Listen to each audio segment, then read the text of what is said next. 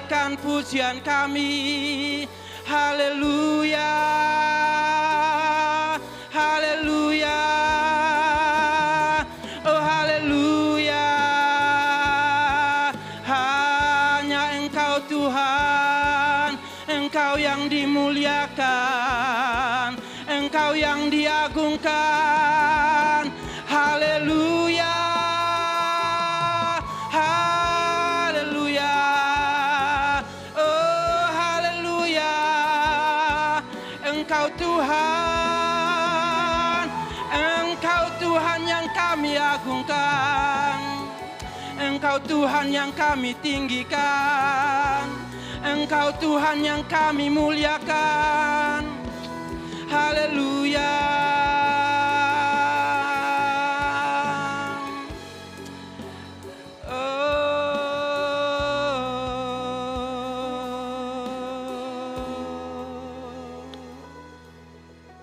Saya ajak seluruh para pendengar di seluruh tanah air,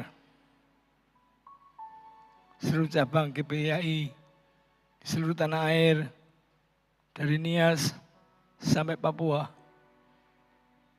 jemaat-jemaat yang ada di daerah, yang ada di desa, yang ada di kota-kota, yang ada di pedalaman. Tenangkan hatimu, terimalah berkat daripada Tuhan pada saat ini. Bahwa pertolongan itu berasal dari Allah Bapa, Tuhan Yesus dan Roh Kudus. Allah yang segala Allah, yang menciptakan dan memelihara semuanya dengan sempurna. Dari dulu sampai sekarang, semua berjalan dengan indah dan sempurna. Keberkatan demi keberkatan dialirkan pada saudara. Tubuh, jiwa dan roh saudara semua dijamah oleh Tuhan, disehatkan, dikuatkan, disembuhkan. Semua penyakit corona disingkirkan dalam nama Tuhan Yesus. Keberkatan semua dalam nama Tuhan, damai sejahtera Tuhan melingkupi semuanya. Haleluya. Amin. Bapak Ibu yang ada di rumah Tuhan, Bapak Ibu yang ada di rumah masing-masing, lambaikan tanganmu dan katakan haleluya, haleluya, haleluya. Kasih Allah nyata bagi kita sekalian. Darah Tuhan Yesus menyucikan hidup kita. Darah Tuhan Yesus membebaskan kita dari ikatan dosa dan kutuk dosa. Ada kuasa di dalam darahnya. Mari dengan sukacita kita menaikkan pujian ini.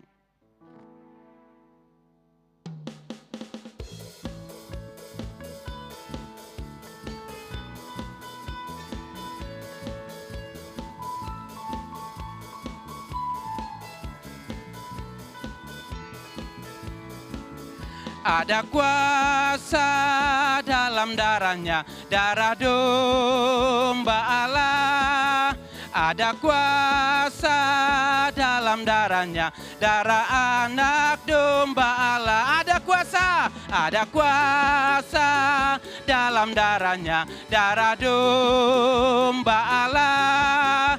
Ada kuasa dalam darahnya, darah anak domba Allah.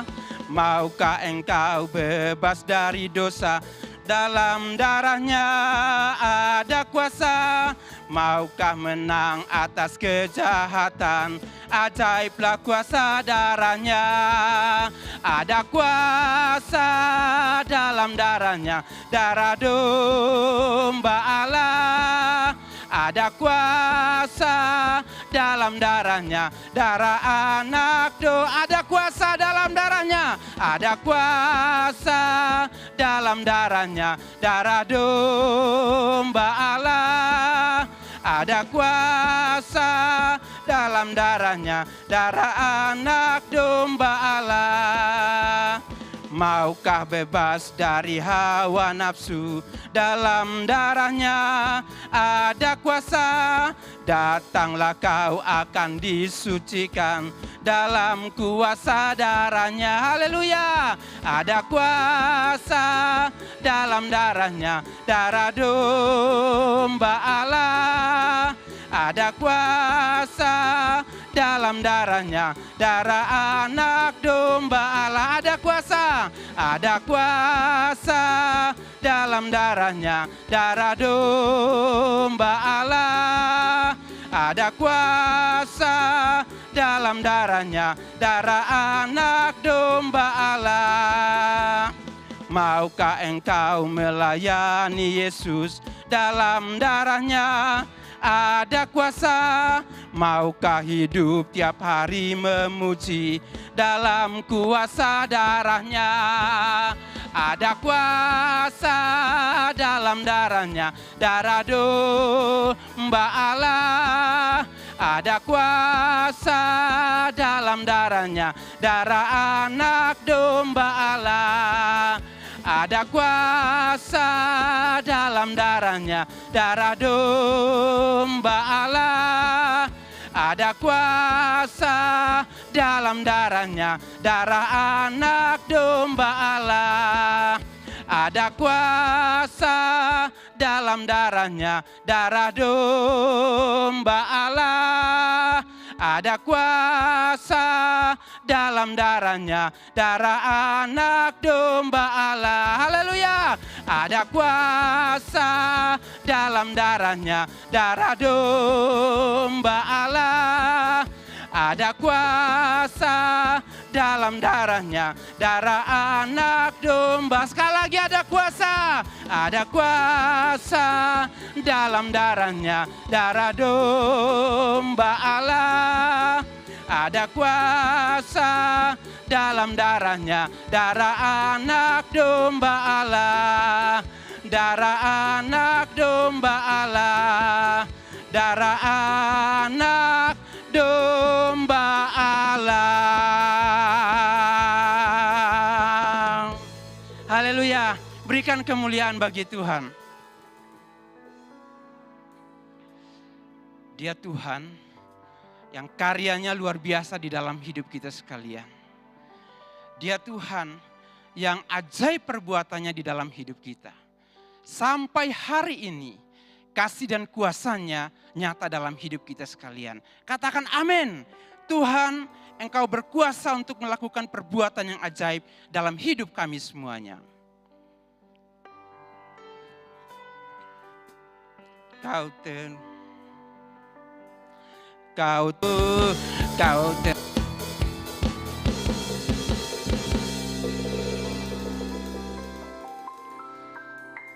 Bapak, Ibu, dan saudara-saudara yang dikasihi Tuhan, kita akan memberikan persembahan kita kepada Tuhan. Bapak, Ibu, silakan mempersiapkan persembahannya. Dan sore hari ini, kita akan mendasari pemberian persembahan dengan memperhatikan firman Tuhan. Dari kitab Mazmur, pasal 103, ayat yang ke-8 sampai ayat yang ke-14.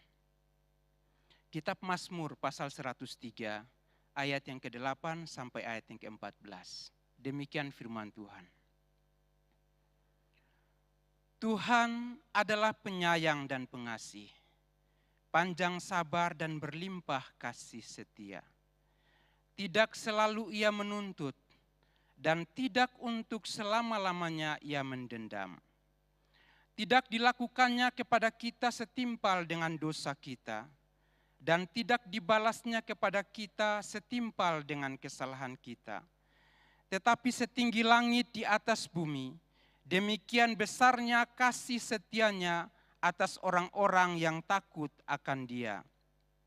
Sejauh timur dari barat, demikian dijauhkannya daripada kita pelanggaran kita. Seperti Bapa sayang kepada anak-anaknya, demikian Tuhan sayang kepada orang-orang yang takut akan Dia. Sebab Dia sendiri tahu apa kita. Dia ingat bahwa kita ini debu. Amin. Mari kita akan berdoa. Tuhan, kami bersyukur atas karya Kristus Yesus bagi kami. Terima kasih untuk kasih karunia Allah yang besar bagi kami melalui Kristus Yesus. Kami menyerahkan hidup kami pada Tuhan, mempersembahkan hidup kami pada Tuhan. Biarlah hidup kami untuk kemuliaan nama Tuhan. Dan kami juga mempersembahkan persembahan syukur kami kepada Tuhan. Biarlah setiap persembahan kami mempermuliakan nama Tuhan. Terpujilah Tuhan, dalam nama Tuhan Yesus kami berdoa. Haleluya. Amin. Kita akan menyiapkan untuk pemberian persembahan, selanjutnya akan dilaksanakan sesuai dengan mekanisme yang telah ditetapkan oleh gereja. Dan selanjutnya kita akan menyiapkan hati kita untuk mendengarkan firman Tuhan.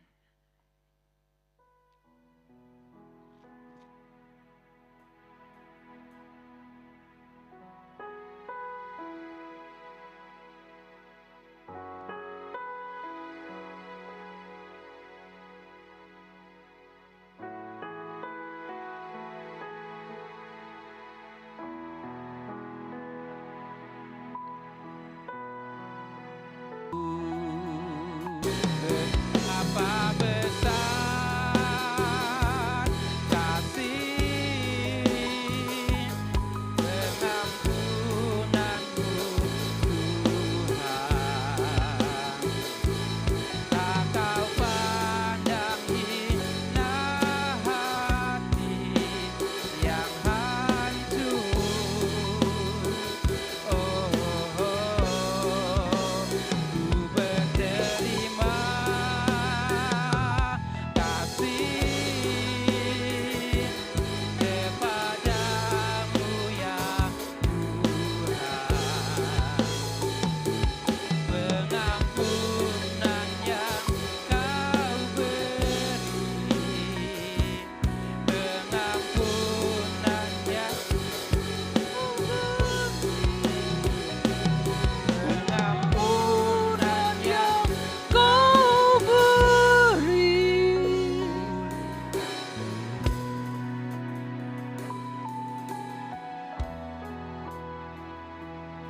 Kami siapkan hati kami untuk mendengarkan firman-Mu Tuhan. Mari pimpin kami semua dan berbicara kepada kami semua pada sore hari. Di dalam nama Tuhan Yesus kami berdoa. Haleluya. Amin. Shalom. Shalom Bapak Ibu, saudara-saudara yang dikasihi Tuhan. Dimanapun Bapak Ibu dan saudara berada, di kota Salatiga, di rumah masing-masing, di luar kota ataupun di luar pulau, kita berjumpa kembali pada petang hari ini di dalam ibadah persiapan untuk perjamuan kudus. Kita bersyukur pada petang hari ini kita diizinkan Tuhan, walaupun dalam suasana yang berbeda, tetapi kita tetap dapat merasakan kehadiran Tuhan di dalam ibadah kita pada petang hari ini.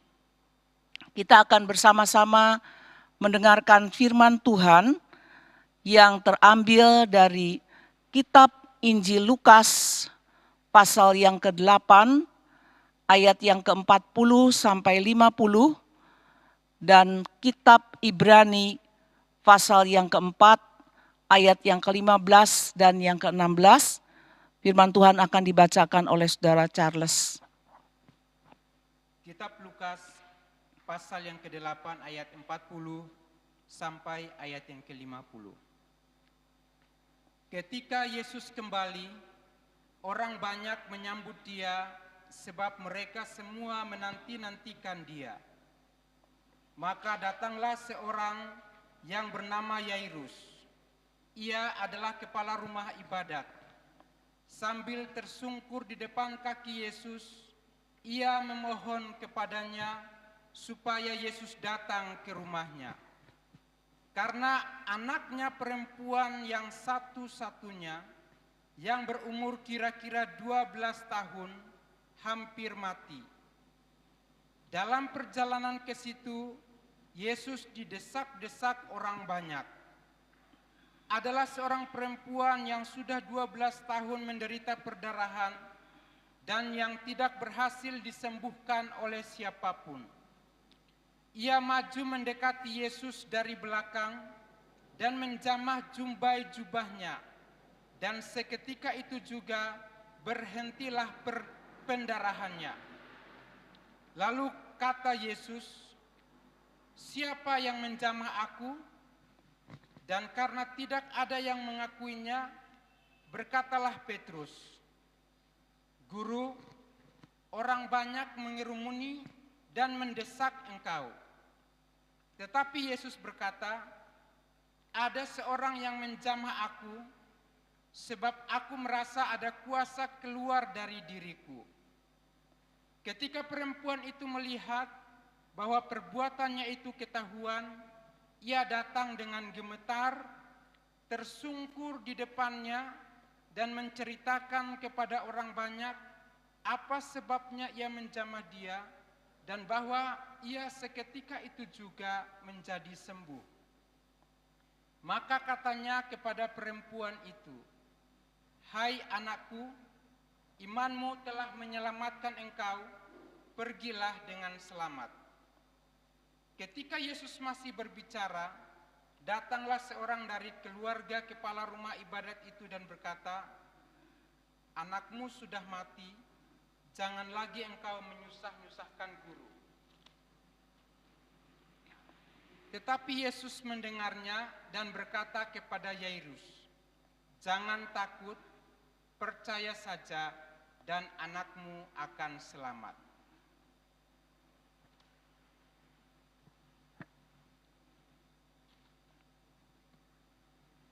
Ibrani 4 ayat yang ke-15 dan 16. Ayat yang ke-15 dan 16. Sebab imam besar yang kita punya bukanlah imam besar yang tidak dapat turut merasakan kelemahan-kelemahan kita. Sebaliknya sama dengan kita, ia telah dicobai, hanya tidak berbuat dosa. Sebab itu, marilah kita dengan penuh keberanian menghampiri tahta kasih karunia, supaya kita menerima rahmat dan menemukan kasih karunia untuk mendapat pertolongan kita pada waktunya. Amin. Demikian firman Tuhan. Terima kasih. Mari kita berdoa. Dengan nama-Mu Tuhan Yesus, saat ini kami datang menghampiri Engkau. Kami yang ada di tempat ini dan kami yang berjauhan Tuhan, kiranya kami boleh merasakan kehadiran Tuhan ada di tengah-tengah kami. Kiranya firman Tuhan boleh menjamah hati kami, boleh menjangkau kami yang jauh, sehingga kami semua pada petang hari ini mendapatkan berkat kasih karunia dan pertolongan daripada Tuhan. Hati kami boleh dikuatkan oleh firman-Mu, dihiburkan dan diterangi ya Tuhan, di dalam situasi yang tidak menentu ini, supaya kami sebagai anak-anak Tuhan tidak takut dan tetap percaya. Oleh karena itu Tuhan, urapan kuasa Roh Kudus-Mu yang kami perlukan di saat seperti ini Tuhan, supaya walaupun kami berjauhan, hati kami satu dalam menyembah Engkau, hati kami satu di dalam persekutuan, bahkan di dalam persekutuan dengan tubuh dan darah Tuhan. Urapilah saat ini kami semua yang melayani Tuhan. Urapilah hamba-Mu yang penuh dengan keterbatasan dan kelemahan ini, supaya Allah Roh Kudus sendiri yang berkarya untuk kami semua yang mendengarkan sabda Tuhan. Hanya di dalam nama Tuhan Yesus Kristus, muliakan nama-Mu. Haleluya. Amin. Saudara-saudara yang dikasihi Tuhan, pada zaman perjanjian lama sampai zaman perjanjian baru, orang pada waktu itu tidak terlalu banyak mengenal penyakit. Penyakit-penyakit yang disebutkan di dalam Alkitab hanya beberapa saja yang seringkali kita dengar. Penyakit lumpuh, buta, tuli, busung, kira-kira hanya seperti itu. Mungkin juga yang lebih parah dari itu adalah kusta. Mereka juga tidak terlalu mengenal dari mana asal penyakit itu. Tidak seperti orang-orang di zaman sekarang yang begitu mengerti dan paham, mungkin penyakit itu datang dari genetika, mungkin penyakit itu datang dari virus. Tetapi orang-orang di zaman Perjanjian Lama dan Perjanjian Baru hanya tahu kalau orang sakit, mungkin itu kutukan dari Tuhan, mungkin itu dosa orang tua, mungkin itu dosa diri sendiri, atau tulah. Lain daripada itu, mereka tidak mengenal. Oleh karena itu, Bapak, Ibu, dan Saudara yang dikasihi Tuhan, orang-orang di zaman sekarang ketika mengenal suatu penyakit, mendengar nama penyakit, dari mana asal penyakit itu, maka timbullah ketakutan. Ada orang yang mendengar bahwa istrinya dinyatakan sakit kanker oleh dokter, maka sang suami menangis sejadi-jadinya. Sudah seolah-olah kematian itu begitu dekat, padahal dalam berjalannya waktu, sang istri sanggup menghadapi penyakit itu, sanggup menghadapi hal-hal yang harus dihadapi oleh para penderita kanker, baik penyinaran, baik kemoterapi, sehingga berjalan sampai belasan tahun, bahkan sampai hari ini masih tetap ada, sementara sang suami telah tiada dan seringkali merasakan kekhawatiran akan keadaan daripada istrinya. Bapak, Ibu, dan Saudara yang dikasihi Tuhan, oleh sebab itu seringkali di dalam situasi yang seperti ini, ketakutan-ketakutan muncul di dalam setiap hati manusia. Kekhawatiran akan terserang oleh virus ada di dalam setiap pikiran kita. Kita tahu bahwa situasi dalam saat sekarang ini mengancam dan seolah-olah keadaan ini membawa kita kepada suatu pikiran apabila sampai virus ini datang ke kota ini, datang di antara lingkungan kita, seolah-olah kematian itu sudah begitu dekat. Bapak, Ibu, dan Saudara yang dikasihi Tuhan, apakah tidak ada sesuatu hal yang dimaksudkan oleh Tuhan dalam situasi seperti ini? Apakah situasi ini hanya terjadi oleh karena memang ada satu virus yang berkembang begitu saja, tanpa ada pengendalian daripada Tuhan? Tanpa seizin Tuhan, virus itu bisa bekerja di mana-mana. Bapak, Ibu, dan Saudara dikasihi Tuhan, hari ini kita membaca di dalam firman Tuhan ada dua situasi daripada dua orang yang berbeda. Dua situasi di mana maut seolah-olah sudah begitu dekat, bahkan sudah sampai kepada mereka. Apa yang menarik dari pembacaan ini bagi saya, Bapak, Ibu, Saudara, di dalam ayat yang ke-42 dan ayat yang ke-43, di mana di situ dikatakan ada seorang anak daripada penghulu rumah sembahyang yang hanya satu-satunya, putri tunggalnya. Dan anak ini kira-kira berumur 12 tahun, kondisinya hampir mati. Karena apa hampir mati tidak dijelaskan. Kalau orang sekarang mungkin tumor otak, meningitis, virus, dan sebagainya. Yang pasti anak ini sudah diobatkan karena apa? Ayahnya adalah seorang penghulu rumah sembahyang, seorang pimpinan di masyarakat, seorang yang punya jabatan, seorang yang punya kedudukan, dan pasti juga orang yang mempunyai biaya untuk mengobatkan anaknya. Tetapi pada saat itu usia 12 tahun situasi hampir mati. Jadi Bapak, Ibu, dan Saudara yang dikasihi Tuhan, orang dapat mati oleh karena alasan apapun. Bisa penyakit, bisa kecelakaan, bisa serangan jantung mendadak, dan seterusnya. Jikalau hal itu memang seizin Tuhan.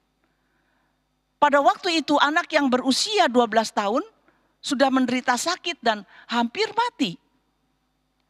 Bapak ibunya tidak tahu lagi harus berbuat apa, sehingga akhirnya walaupun ayahnya sebagai seorang penghulu rumah sembahyang Yahudi mengorbankan jabatannya untuk datang sujud tersungkur kepada Yesus.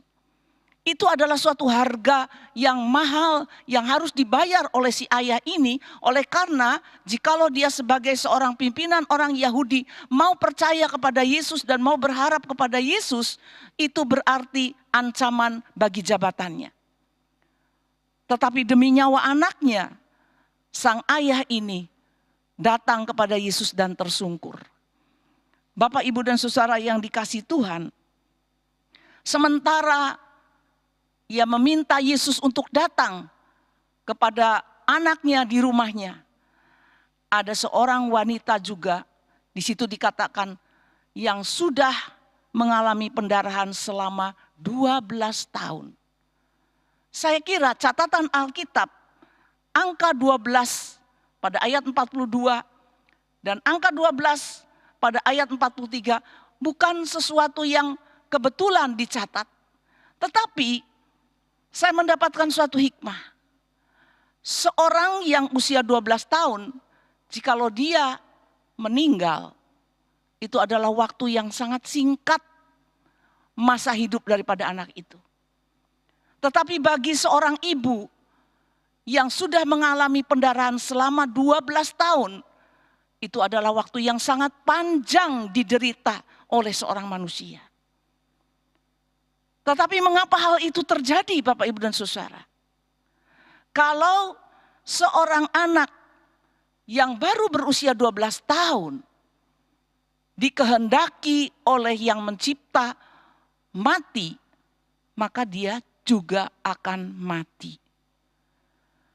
Jadi seringkali orang bisa menafsirkan, bisa berpikir, bisa menduga kematian itu seringkali diidentikan dengan hukuman. Banyak orang Kristen juga berpikir, bahkan ada hamba Tuhan yang mengatakan bahwa virus corona saat ini hanya bisa mendekat kepada orang-orang yang tidak takut kepada Tuhan. Virus itu punya mata, datang kepada orang-orang yang tidak kenal Tuhan, tidak takut Tuhan, tetapi kepada orang yang dekat kepada Tuhan, virus itu tidak mau mendekat. Bagaimana dengan hamba-hamba Tuhan di Bandung yang juga terkena virus ini sehingga meninggal? Bapak, Ibu, dan saudara.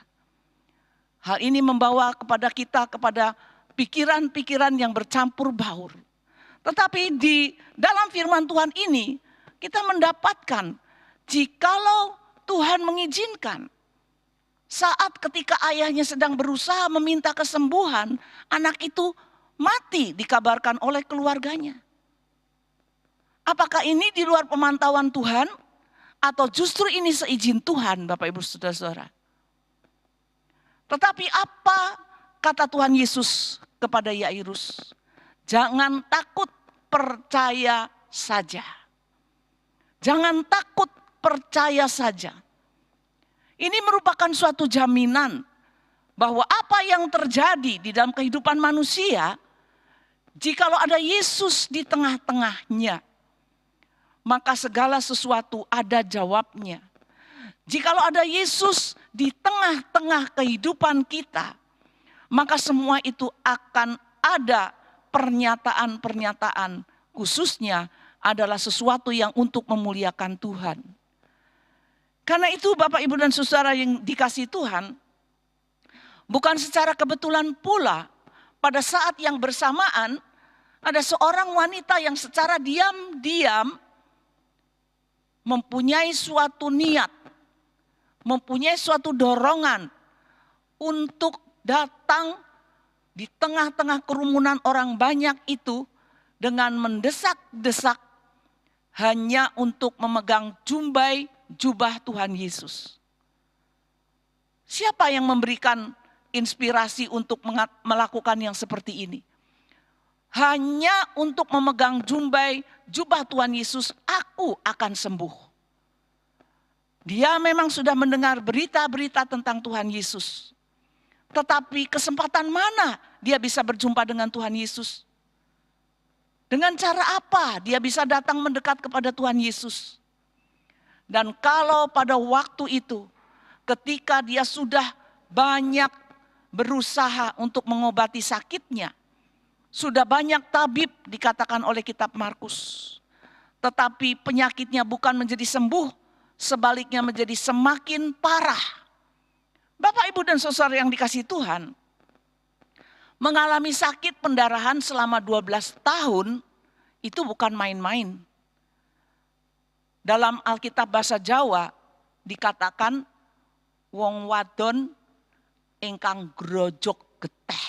Grojok geteh. Jadi bukan mengalir tetapi grojok, Bapak Ibu Saudara. Saya kira ini bahasa yang sungguh-sungguh sangat mengerikan, memberikan bayangan kepada kita bagaimana penderitaan daripada wanita ini.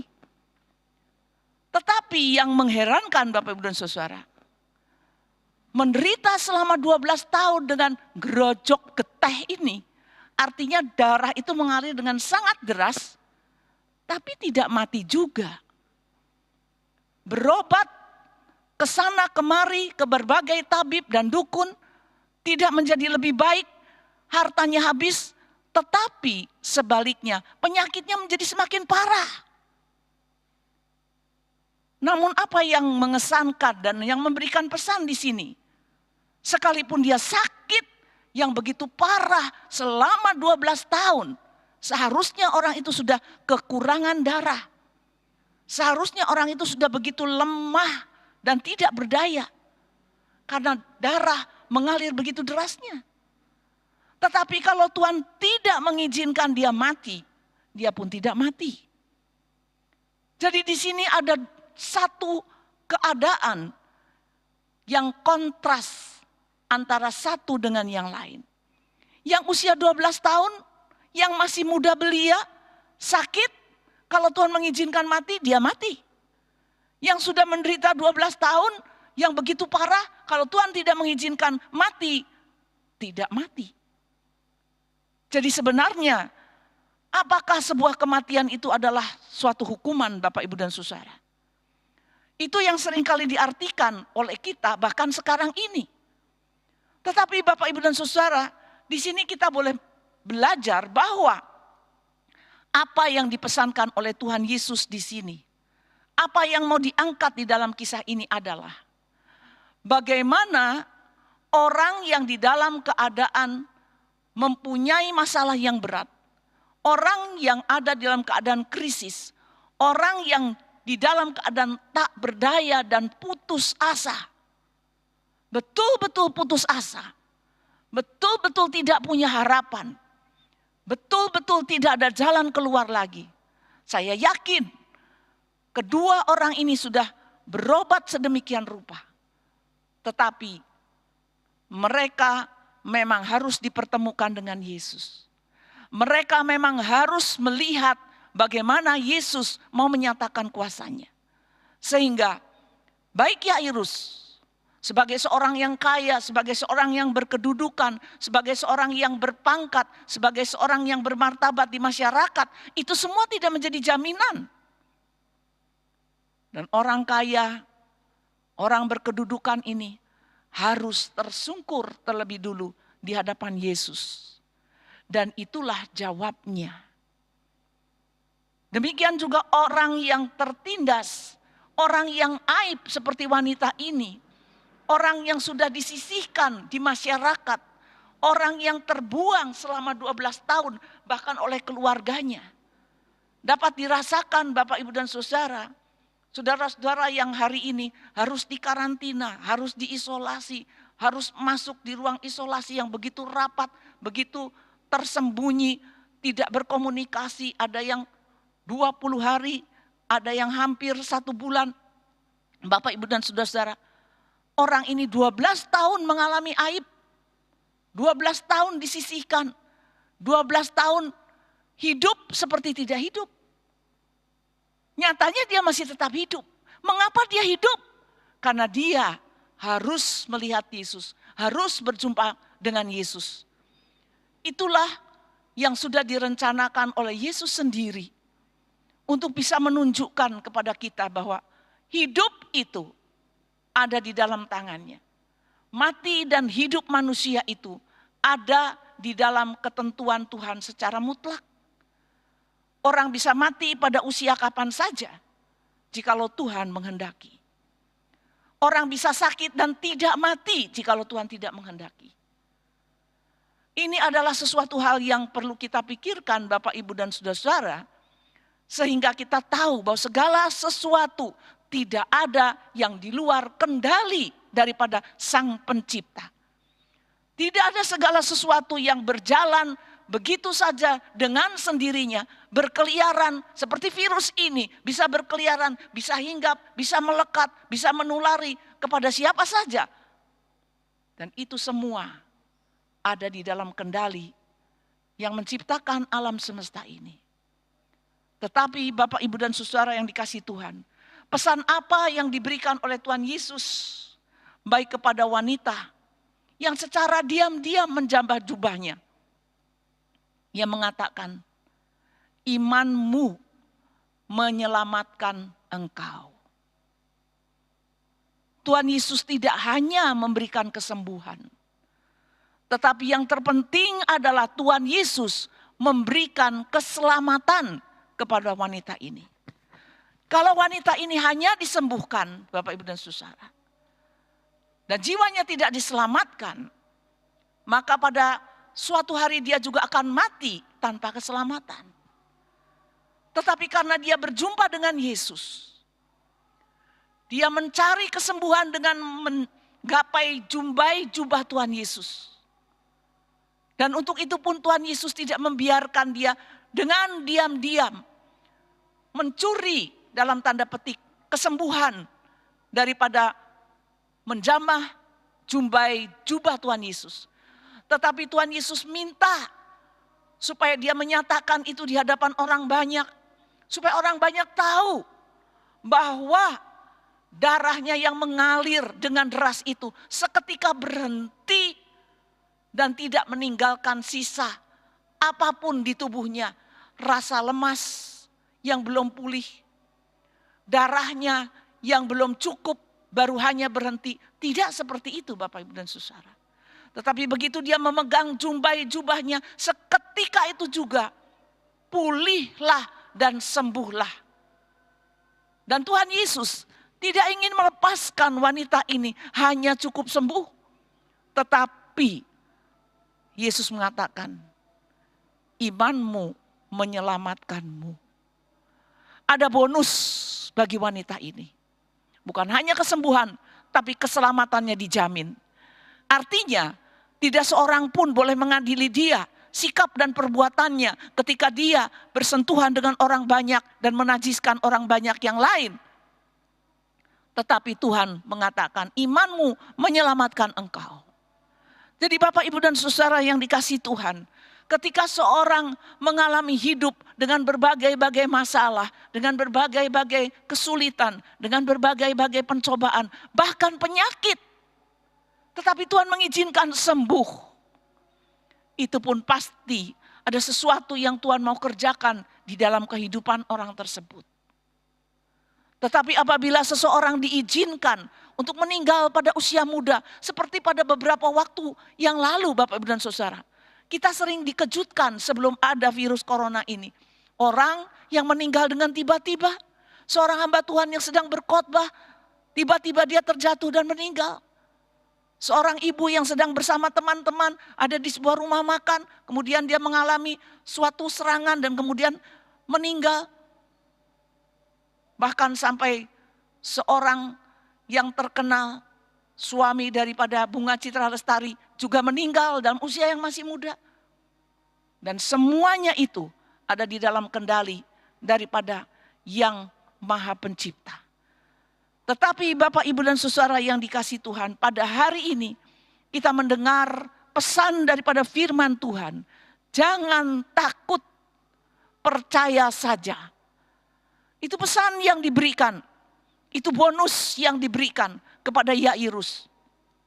Karena Yairus sudah begitu luluh lantak pengharapannya ketika dia meminta kepada Tuhan Yesus supaya anaknya didoakan, supaya Yesus datang ke rumahnya, tetapi ternyata terhalang.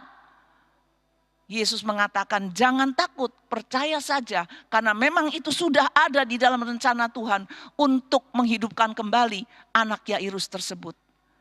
Bapak, Ibu dan Saudara yang dikasihi Tuhan, kita bukan hanya boleh menjamah jubah Tuhan Yesus.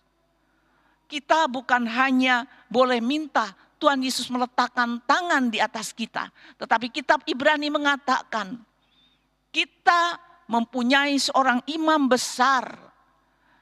Bukan imam besar yang tidak merasakan kelemahan kita.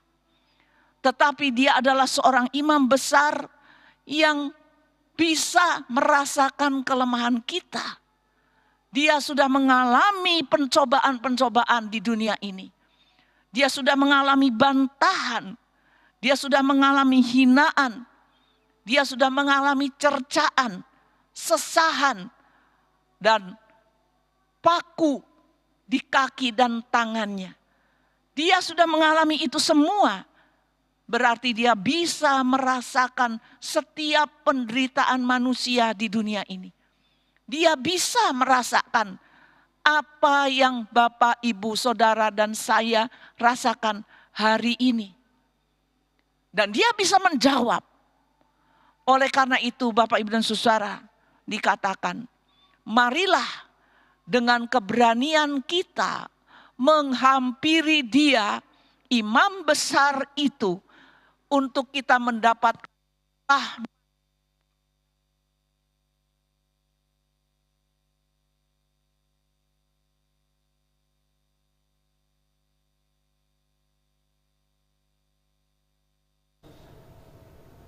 kita bersyukur bahwa hari ini kita boleh kembali mempersiapkan diri untuk memasuki persekutuan dengan tubuh dan darah Tuhan. Darahnya yang dicurahkan bagi kita untuk mengampuni segala dosa, dan tubuhnya yang dipecah-pecahkan bagi kita, bilur-bilurnya untuk menjadikan kesembuhan bagi penyakit kita. Jadi Bapak, Ibu, dan Saudara yang dikasihi Tuhan, kalau pada hari ini, sekalipun dengan suasana yang tidak seperti yang kita harapkan, suasana di mana kita tidak bisa berkumpul bersama satu dengan yang lain bersekutu, tetapi kita tetap dapat bersekutu dengan tubuh dan darah Tuhan. Bapak dan Ibu, saudara-saudara semua yang ada di rumah, boleh mendapatkan bagian yang akan dibagi-bagikan kepada kita semua jemaat Tuhan GPI IAIF Makassar 3 untuk tetap bisa memegang tubuh dan darah Tuhan esok hari. Kita dapat bersekutu dengan tubuh dan darah Tuhan itu dengan keberanian percaya kita, dengan jaminan yang dikatakan Tuhan Yesus. Jangan takut, percaya saja. Dalam keadaan apapun, dalam keadaan sekritis apapun, bahkan dalam keadaan maut yang seolah-olah mengancam kita, penyakit yang tidak kunjung selesai, tetapi jika ada Tuhan Yesus di tengah-tengah kita, imam besar kita,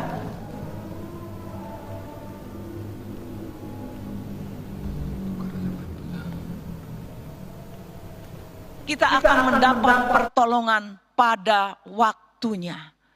Biarlah Bapak, Ibu, dan saudara-saudara, kita boleh meresapi apa yang dipesankan oleh Tuhan Yesus. Bahwa Tuhan Yesus ingin memberikan keselamatan yang sempurna bagi kita.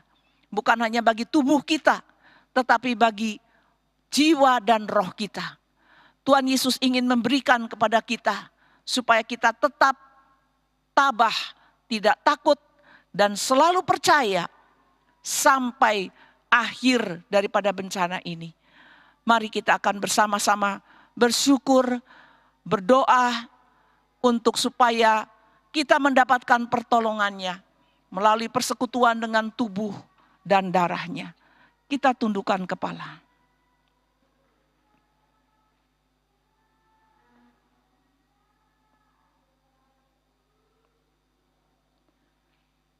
Bapa di surga, kami mengucapkan syukur apabila pada hari ini kami boleh bersekutu dalam firman-Mu. Kami boleh mendengar Tuhan mengatakan supaya kami tidak takut dan tetap percaya. Supaya kami boleh menerima keselamatan yang daripada Tuhan. Supaya kami selamat tubuh, jiwa dan roh kami. Terima kasih Tuhan bahwa Engkau menyediakan tubuh dan darah-Mu pada hari peringatan sengsara-Mu Tuhan. Kami boleh memegang tubuh dan darah Tuhan. Kami boleh makan dan minum tubuh dan darah Tuhan. Engkau memberkati, Engkau mengurapi pelayanan perjamuan kudus yang akan dilakukan esok hari. Supaya kami semua, sekalipun kami berjauhan, kami tetap satu dalam tubuh dan darah Tuhan. Terima kasih Tuhan. Engkau memberkati seluruh jemaat-Mu yang tersebar di kota ini ya Tuhan. Yang sedang bersama-sama beribadah di rumah masing-masing. Hari ini Tuhan, biarlah kami boleh menyiapkan diri kami untuk benar-benar memaknai tubuh dan darah Tuhan. Terima kasih Tuhan. Di dalam nama Bapa, Tuhan Yesus dan Roh Kudus, kami berdoa dan mengucap syukur. Haleluya. Amin. Mari kita akan bersama-sama menaikkan doa syafaat kita bagi seluruh pokok-pokok doa yang kita naikkan untuk negara dan bangsa kita dan seluruh pelayanan-pelayanan. Doa nanti akan dinaikkan oleh Bapak Lukas Sugiarto. Sore hari ini kami mengajak Bapak Ibu sekalian yang berada di rumah maupun dimanapun berada, khususnya warga GPIAI dimanapun berada. Mari kita satukan iman kita untuk doa syafaat persiapan Jumat Agung. Mari, mulai kita berdoa. Bapa di sorga, kami mengucap syukur dan terima kasih ya Tuhan. Sampai hari ini pemeliharaan-Mu sempurna untuk kami semua. Biarpun di tengah badai situasi virus corona. Secara manusia kami khawatir Tuhan. Tapi kami percaya ada pertolongan Tuhan. Ada penyertaan Tuhan.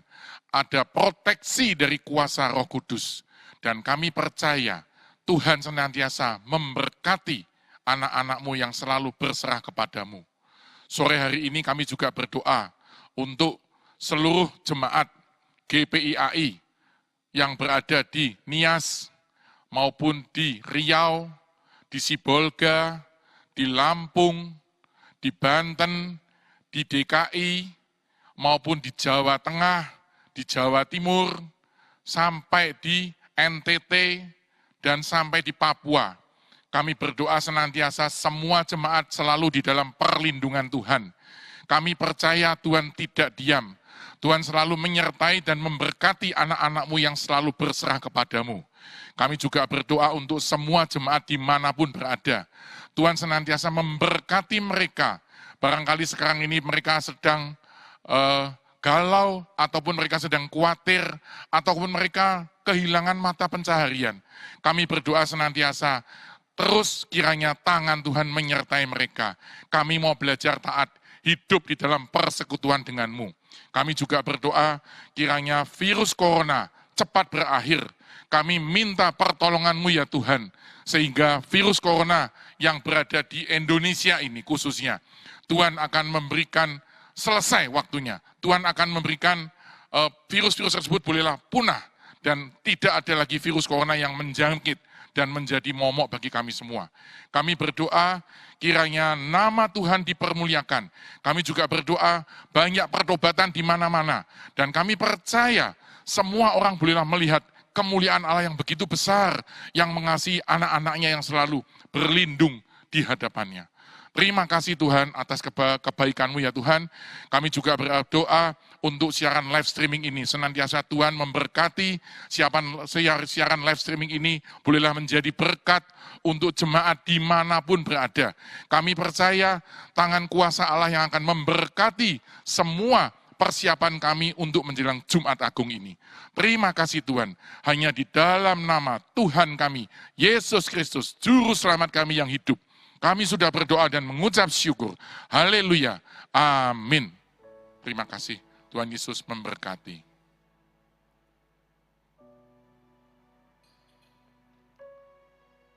Sebagai Bapak Gembala Sidang, sebagai Bapak Rohani, saya berharap semua anak-anak rohani saya, dimanapun semuanya berada, dari Nias sampai Papua, saya ajak saudara mempersiapkan batin Anda untuk bisa menikmati Jumat Agung dan Paskah tahun ini. Walaupun dalam keadaan yang sangat tidak menyenangkan.